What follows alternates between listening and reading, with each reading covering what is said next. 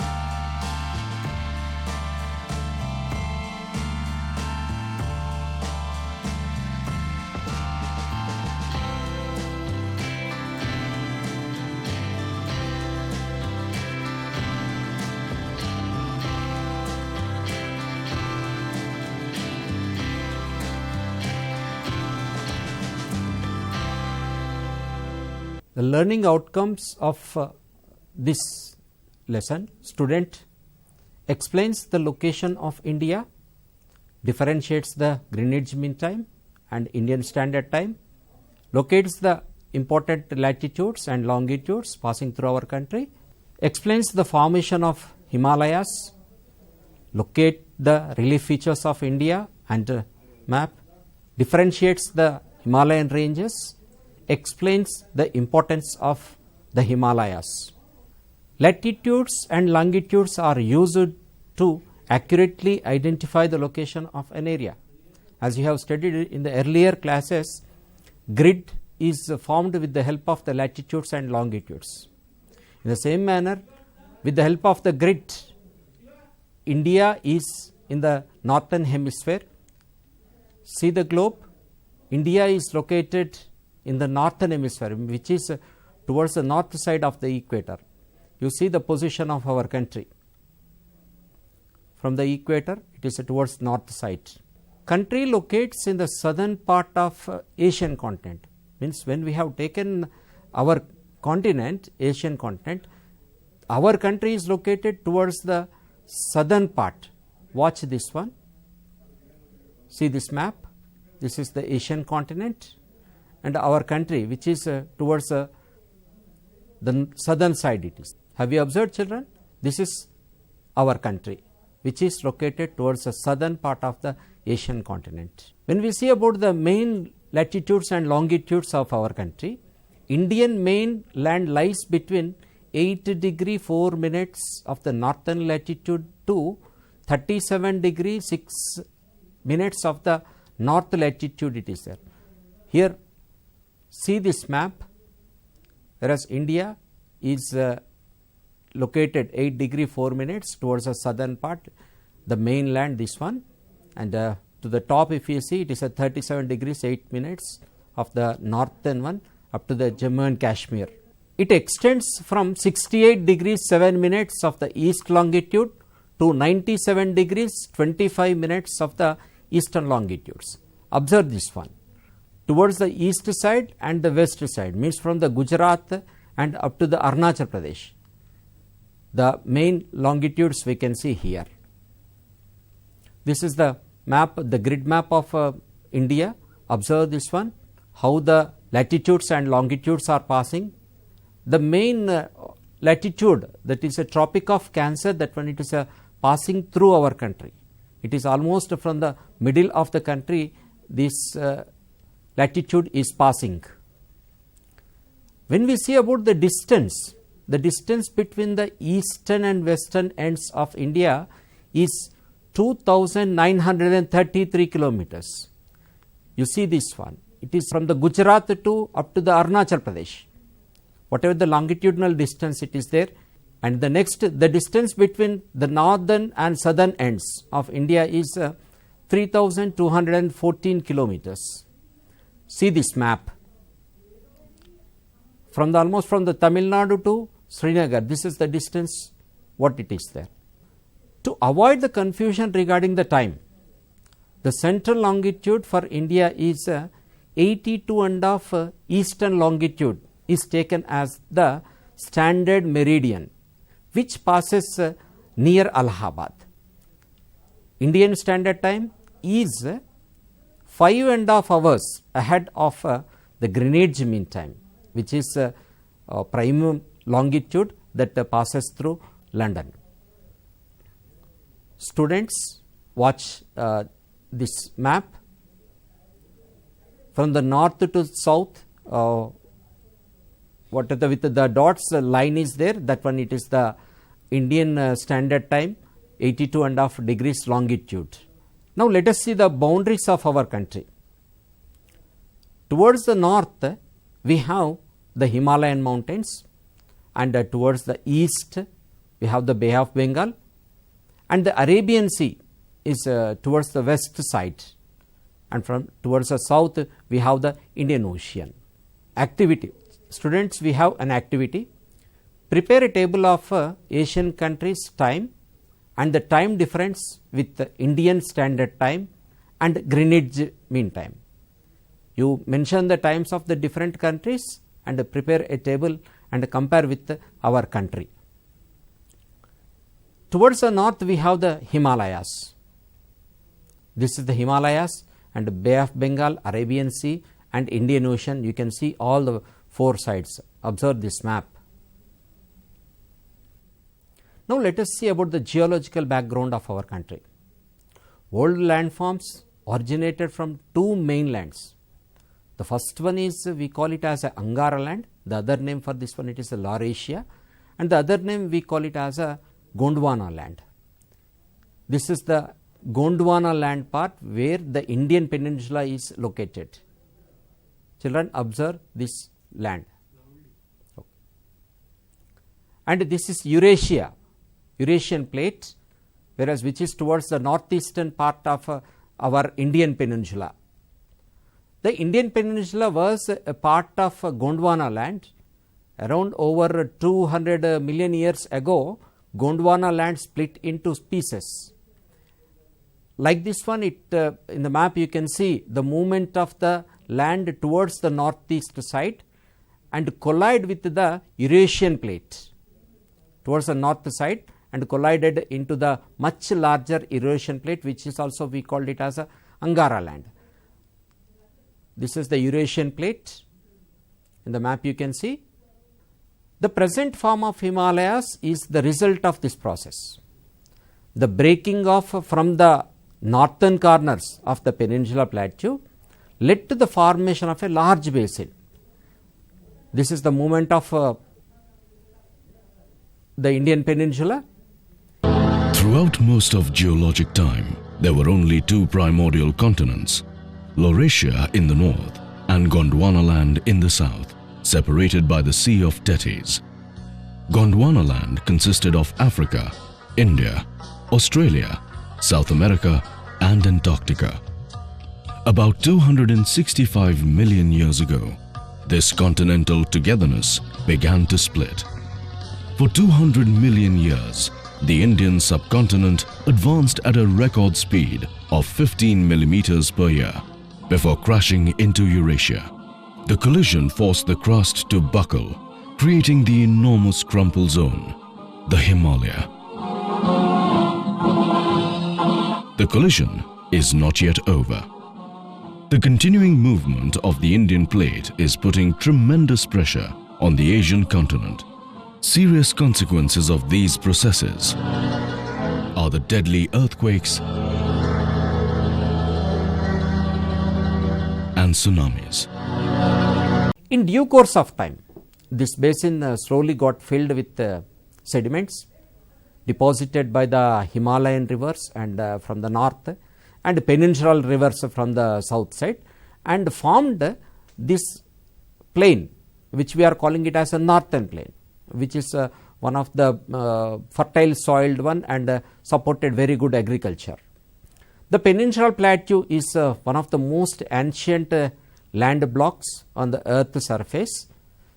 This is the peninsular plateau. Deccan plateau is also the part of this peninsula.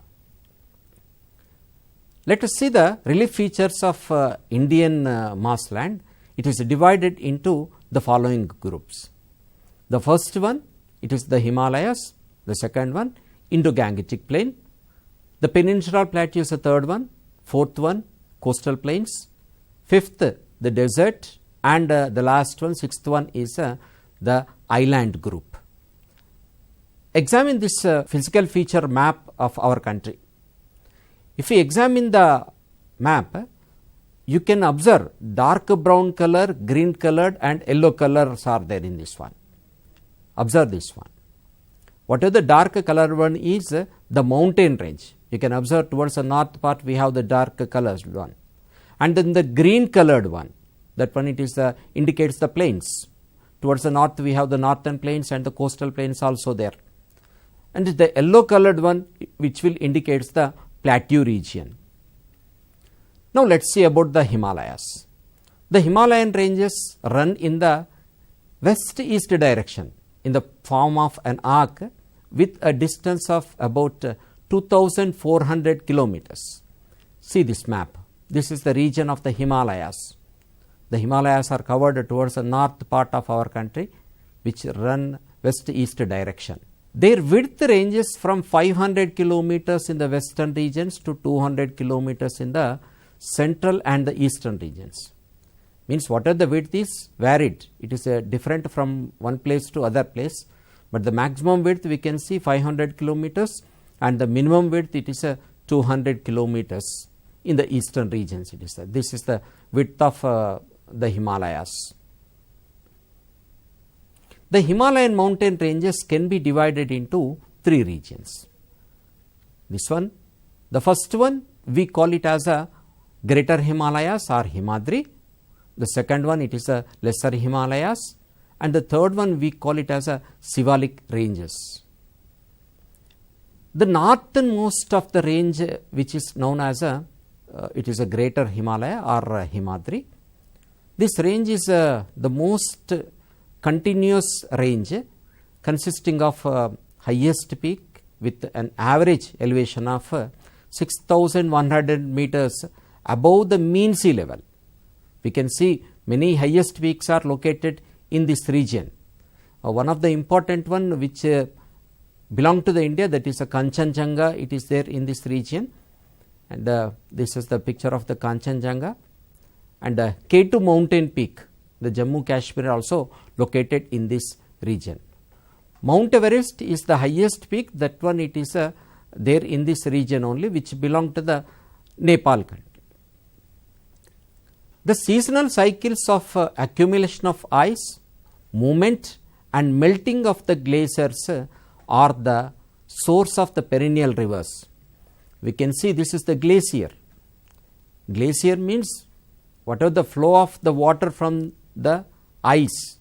Ice will melt and the flow of the water will take place through this one, and later on it joined with the rivers. This is the river which flow from the Himalayas, the region of the glacier.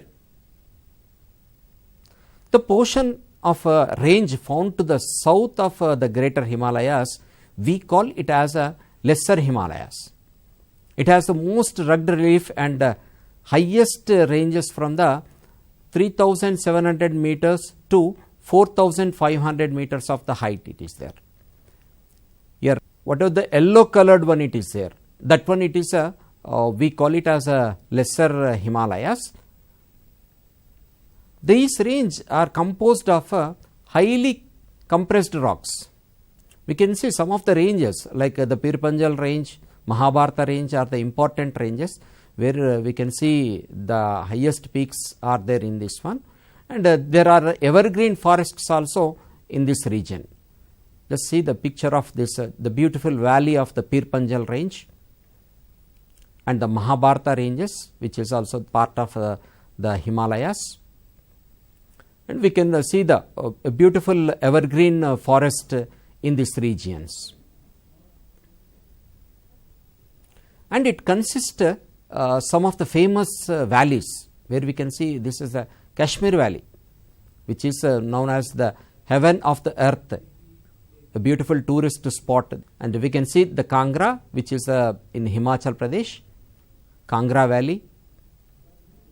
This region is well known for hill stations. The summer spots like Shimla, Mussoorie, Nainital and Ranikhet, these are the important summer spots. The hill stations are there in this region. You can see this is the Shimla Valley, a beautiful Shimla city is located in this region of Himachal Pradesh. This is the Shimla city. Mussoorie in this beautiful valley, and the Nainital Lake, an important tourist spot and the summer spot. Ranikhet. The most southern range of the Himalayas is the Shivaliks. They extended over a width of 10 to 50 kilometers. The mountain range has an average elevation of 900 to 1100 meters. This part consists of thick gravel and alluvium. The valleys lying between the lesser Himalaya and the Shivalik ranges are called as dunes. There are some important dunes are there. We can see the Patli dune, Kotli dune and the Dehradun are the important one in this one. Kotli dune, you can see the beautiful picture of the Kotli dune and the Dehradun, and then this is the Patli dune. In Arunachal Pradesh, beyond the Dihang valley, the Himalayas take a hairpin bend to the south and act as a eastern boundary of the India and run through the northeastern states. This is the Arunachal Pradesh one. In the northeastern states, these are called as a Purvanchal, mostly composed of sedimentary sandstones. The Purvanchal is known by different names in different areas. That is Mishmi Hills in Arunachal Pradesh, Patkai Hills, Chachar Hills in Assam. You can see this one. What are the hills are located in this region? The Purvanchal Hills. Observe the map. Assam, Arunachal Pradesh, Manipur, Nagaland. These all the states are having these type of the hills. This is the picturesque view of Mishmi Hills, Patkai Hills, and other states we have in the Jammu Hills in Jammu and Naga Hills in Nagaland, Manipuri Hills in Manipur, Khasi Hills in Meghalaya, Mizo Hills in Mizoram are the important hills we can see in this region. Jammu Hills, Khasi. Now let's do one activity. Use your atlas and identify the important mountains in the Himalayas and make a list of that one. The important mountains, whatever it is there, just you make a sheet of that one. Now let's see about the importance of the Himalayas. The formation of Himalayas influence India's climate in various ways. It protects the northern India from the cold winds from the Central Asia during the winter season. Otherwise, India would have been a cold desert. Now you can see this is like obstruction. It is obstructing the cold winds from the Central Asia. The Himalayas are the reason for the summer rains and the monsoon type of climate in this region that are beyond the Western Ghats. In its absence, this region would have been remained drier, would have become a desert.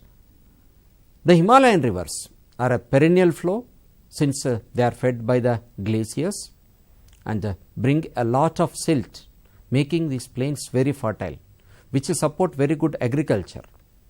The interaction of this the three Himalayan rivers, that is Indus, Ganga and Brahmaputra and their tributaries, resulted in the formation of the Great Northern Plains. This is the picture of the Great Plains which support very good agriculture. In the beginning, it was a shallow basin that was gradually filled with varied alluvial soil brought by this Himalayan rivers. This is the what the agriculture land belong to that region. Now let us see about the Indo-Gangetic Plain. Indo-Gangetic Plain is divided into three categories. The first one, it is the western part, the second one it is a central part, and the third one it is a eastern part. The western part in the map you can see, and the central part, and this is the eastern part it is. Now let us discuss about this one. The western part, this was formed by the Indus and its tributaries Jhelum, Chenab, Ravi, Beas and Sutlej. This is river Sutlej, river Jhelum. This is the map of the Indian rivers. Most of the Indus rivers basin is located in the Pakistan, leaving a small portion of Punjab Haryana plains. This is the Punjab and Haryana plains. In this region, the Doab feature is dominated the fertile land between the two rivers. This is the Doab region, means between the two rivers, whatever the place it is there, we call it as a Doab feature, and very good, it will support the agriculture because of the fertile soil. The central part, which is also known as a Ganga plain, and it extends from the Ghaggar to Teesta, mainly Uttar Pradesh, Bihar, partly in Haryana, Jharkhand and West Bengal are covered in these regions. We can see the river Ganga, Yamuna and their tributaries Son and Kosi drain this region. This is the map of the rivers. The eastern part of the plain exists mostly in the Brahmaputra valley of Assam, which was formed by the river Brahmaputra. This is the Brahmaputra region towards the northeastern part. This is the Brahmaputra valley, the village. While flowing down, the Himalayan rivers deposit gravel and pebble sediment in a narrow belt 8 to 16 kilometers width, found parallel to the foot of Sivaliks. This feature is known as a Babar, which is porous in nature. This is the Babar region where the river flow it is there. This is the Babar grassland. Small rivers and streams flow under this Babar and reappear in the lower areas and form a swampy and marshy region, which is called as a Terai. This is the Terai region, and a very good support for the mango farms here in this Terai region. Now let us see about some of the important points what we have covered. The central longitude is 82.5 degrees eastern longitude.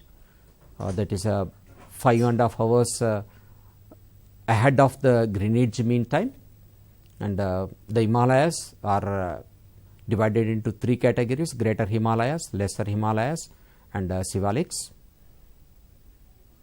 And the Indo-Gangetic Plain consists of the western part, central part and the eastern part.